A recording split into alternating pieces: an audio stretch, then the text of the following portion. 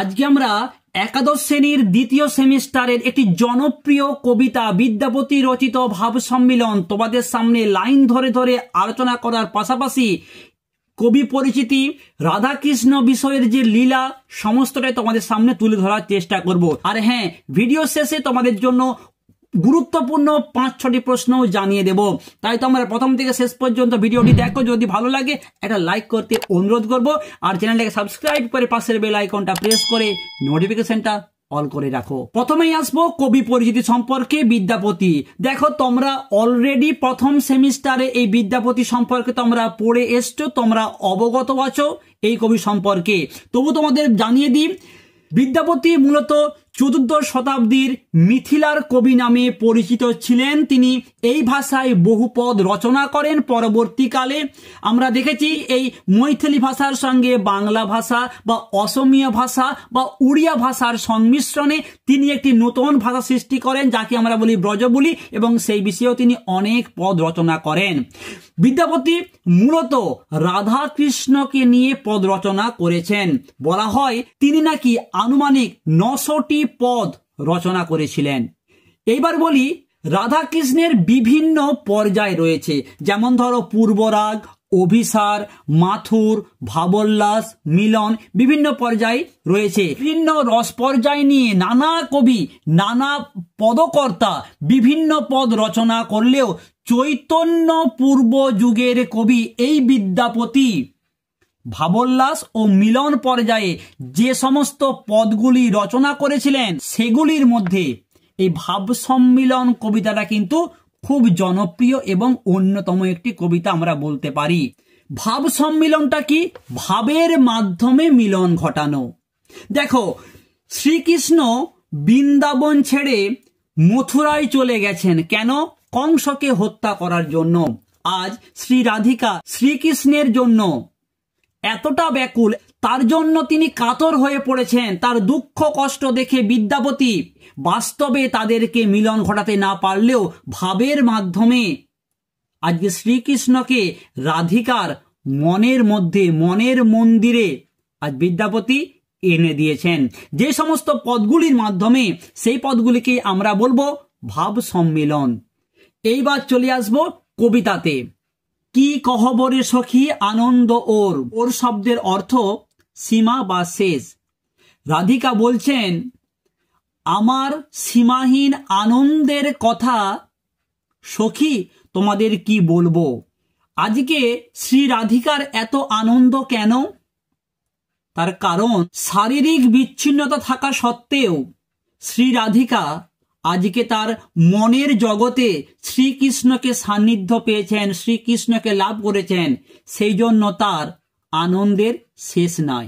চিরদিনে মাধব মন্দিরে মোর, চিরদিনের জন্য মাধব অর্থাৎ শ্রীকৃষ্ণ তার গৃহে, তার বাড়িতে আসছেন। এরপর রাধিকা বলছেন, পাপ সুধাকর যত দুঃখ দিল। বলছে ওই পাপী চাঁদ আমাকে যতটা দুঃখ দিয়েছিল। তোমাদের প্রশ্ন হয় যে শ্রী রাধিকা চাঁদকে পাপী বলেছেন কেন? কংসবধের জন্য শ্রীকৃষ্ণ যখন বৃন্দাবন ছেড়ে মথুরায় চলে যাচ্ছেন, তখন রাধিকা একা হয়ে পড়েছেন।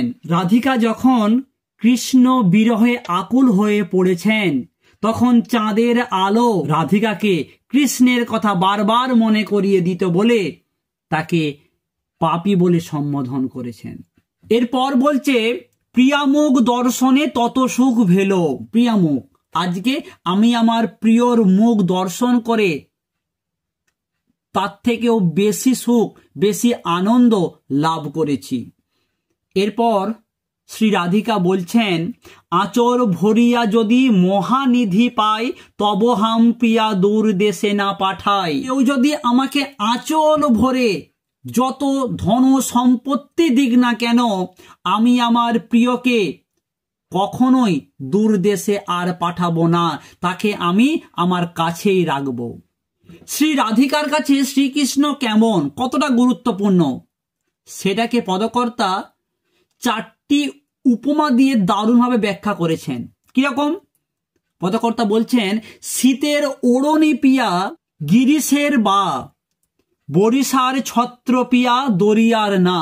অর্থাৎ শীতকালে আমরা যেমন মোটা পোশাক গায়ে দিই, শীতকালে যেমন আমরা ওড়নাকে গায়ে দিই, গ্রীষ্মকালে ঠান্ডা বাতাস যেমন আমাদের শরীরকে শীতল করে, বর্ষাকালে যেমন ছাতাটা অপরিহার্য একটা বস্তু, আবার সমুদ্র পারাপারের জন্য, নদী পারাপারের জন্য যেমন নৌকাটা অপরিহার্য। এখানে পদকর্তা বলতে চাইছেন যে শীতকালে যেমন ওড়নার প্রয়োজন হয়, গরমকালে যেমন ঠান্ডা বাতাসের প্রয়োজন হয়, বর্ষাকালে যেমন ছাতাটা অপরিহার্য, আবার নদী বা সাগর জলপথ পারাপারের জন্য যেমন নৌকা অপরিহার্য, ঠিক সেই রকমই রাধিকার জীবনে শ্রীকৃষ্ণেও ঠিক সেই রকমই গুরুত্বপূর্ণ। ভনয়ে বিদ্যাপতি শুন বড় নারী। ভনয়ে বিদ্যাপতি শ্রী রাধিকাকে শ্রেষ্ঠ নারী বলে সম্বোধন করেছেন, করে বলছেন সুজন সুখ দুঃখ দিবস দুই চারি। তাহলে বিদ্যাপতি শ্রী রাধিকাকে শ্রেষ্ঠ নারী বলে সম্বোধন করে বলছেন সুজনের দুঃখ 2-4 দিনের জন্যই সীমাবদ্ধ হয়। তাহলে পুরো কবিতাটার বিষয়বস্তু তোমাদের সংক্ষেপে জানিয়ে দিই। আজকে শ্রী রাধিকা বলছে, আমার সীমাহীন আনন্দের কথা সখী তোমাদের কি বলবো, কারণ মাধব অর্থাৎ শ্রীকৃষ্ণ চিরদিনের জন্য আমার বাড়িতে আসছে। ওই পাপী চাঁদ আমাকে শ্রীকৃষ্ণের কথা মনে করিয়ে যতটা দুঃখ দিয়েছিল শ্রীকৃষ্ণের অবর্তমানে, আজকে আমি আমার প্রিয়তমর মুখ দেখে তার থেকে বেশি সুখ পাবো। তারপরে শ্রী রাধিকা বলেছেন যে এরপর যদি কেউ আমাকে আঁচল ভরে ধনরত্ন ধন সম্পত্তি দেয়, তাহলেও আমি আমার প্রিয়কে আর কখনো দূর দেশে পাঠাবো না, আমার কাছেই রেখে দেব। তিনি আমার কাছে কিরকম না, শীতকালে ওড়নার মতো, গ্রীষ্মকালে ঠান্ডা বাতাসের মতন, বর্ষায় ছাতার মতন, আর নদী পারাপারের জন্য যেমন নৌকা অপরিহার্য, ঠিক সেই রকমই শ্রীকৃষ্ণ আমার জীবনে অপরিহার্য। কৃষ্ণ ছাড়া আমি অসহায়। এরপর বিদ্যাপতি শ্রী রাধিকাকে শ্রেষ্ঠ নারী বলে সম্বোধন করে তিনি বলছেন সুজনের দুঃখ মাত্র 2-4 দিনের জন্যই হয়। এইবার তোমাদের জানিয়ে দিই এই কবিতা থেকে গুরুত্বপূর্ণ প্রশ্নগুলি।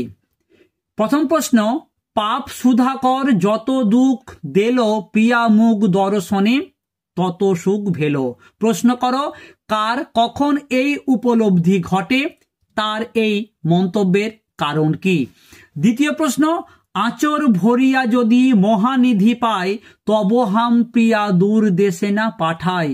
আঁচর ও মহানিধি শব্দের অর্থ কি, প্রসঙ্গ সহ তাৎপর্য লেখো। তৃতীয় প্রশ্ন তোমরা করবে, কি কহবরে সখী আনন্দ ওর, কথাটি কে কার উদ্দেশ্যে বলেছে, বক্তার আনন্দের কারণ কি বা শ্রী রাধিকার আনন্দের কারণ কি।